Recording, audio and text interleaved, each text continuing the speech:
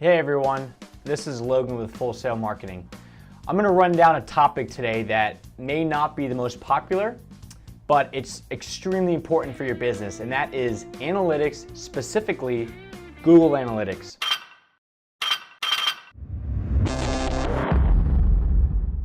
I know what you're thinking. This is like high-level stuff. You're a contractor. Why should you even deal with this whole Google stuff? Well, I'm going to break down how to actually, first set up Google Analytics, and then secondly, what you should actually look for.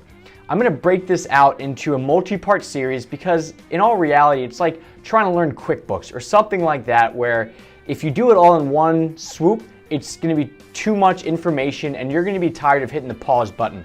So I'm going to break this all down, and I'm only going to give you the information that you need to know.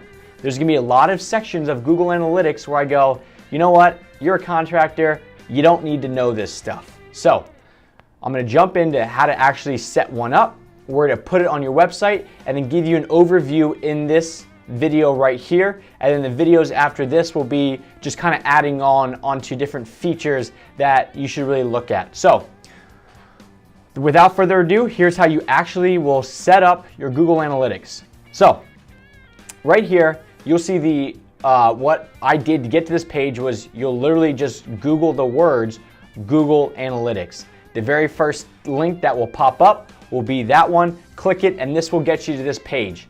It walks you through it. You gotta actually sign up for it, so make sure that you click the sign up button, and then what'll happen is when you get it, you'll have that, they'll give you a tracking code, but I'm gonna show you how to actually put the tracking code in if you don't do it right there on the spot. So here's what this dashboard will look like. I'll get back to this in a second, but I just want to show you how you actually will put it into your website. So you come over to admin, you'll click that. Under the middle one, which is property, you're going to click on tracking info, come down tracking code. This is the code right here that you need to put into your website. There's two parts of your website. You've got the head, then you've got the body.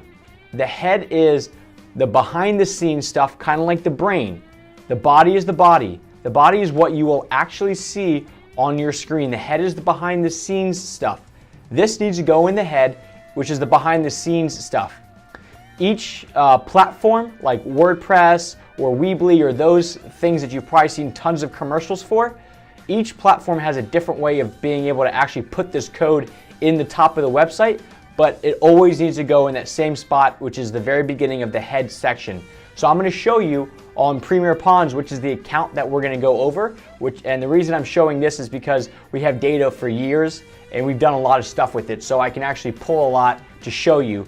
But I'm going to show you how we do it on a WordPress site, which WordPress, I think like 30% of websites in the world use WordPress, so it's like the Apple of website platforms. And then how I do it with my specific WordPress theme. So what I would do would be to copy this link or this code, come over here. Here is the back end of a WordPress site, and I actually use a theme called Avada. It's a great theme.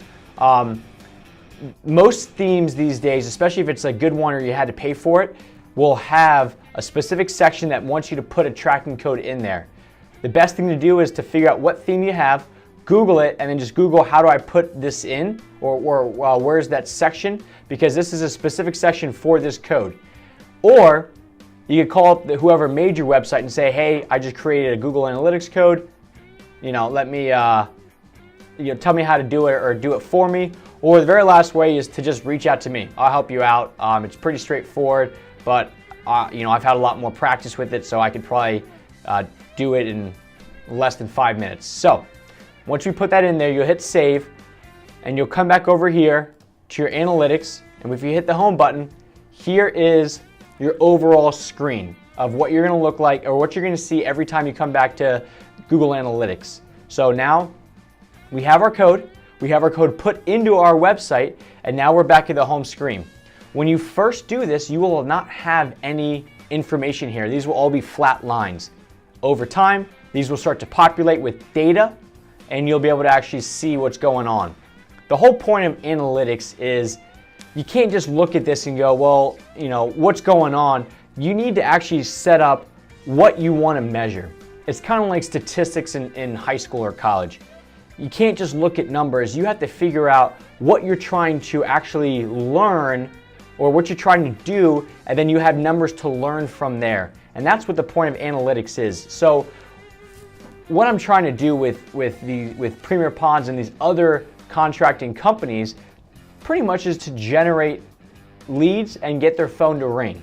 So I'm going to walk through what that really means and how do we actually look at this data, which in analytics terms are called metrics, what we look for to see, okay, is this working? Is this not working? Stuff like that. So here's what we're looking at just from an overview, and then once I'm done with this overview, which should take 2 minutes, the next video will be all about the different sections. So now that you got this page, what I want you to look at is all the graphics that are here. It's very easy to look at this stuff from a visual perspective. So you're going to see all these graphs about, where the traffic is coming from, where people are finding you from, what are your most popular pages, if they're completing your goals, which in our case would be to give us a phone call or fill out the form, stuff like that. So this is going to be your home section. I don't ever spend time here just because it's like an overview and that's it. The next thing down is going to be customization. What customization is just the place where you can create reports. I'll show you how to actually make reports, but for right now, just know that that's what that is. Real time. All this does is just show what's going on your website live. So if I go ahead and click this and just click on overview, what I'm looking at is I see that there's one person in Potomac Falls on the Premier Ponds site under new pond construction. That's all this does. It just shows you real time. I only use it to make sure that the code is working properly. Don't really worry about this. Next thing is there's 4 main sections. First section is going to be audience, which is who is on your site. All right, it'll break stuff down by like demographics, where they're actually located, how they're finding you. Are they using their cell phone? Or are they using a computer? Stuff like that. So what the best part about this is you can actually compare your ideal client to who's actually surfing your site and see, do they line up? Because if they don't, you got a problem. Next one down after audience is going to be acquisitions, which is now that you know who's on there, it's how do they find you? Where are they doing research, or where are they finding you to come to your website? This can show you what's working to bring people in. So now that you know who's there, now you know how they got there. The next thing is behavior, and what behavior is once they're on your site, what are they doing? Are they going to one specific page a lot, or are a lot of people going to maybe a like another page that you think is great, but in all reality, they're leaving your site from that page, which means you got an issue. That's behavior. And the last one is arguably the most important in my field, in your field if you're a contractor, conversions.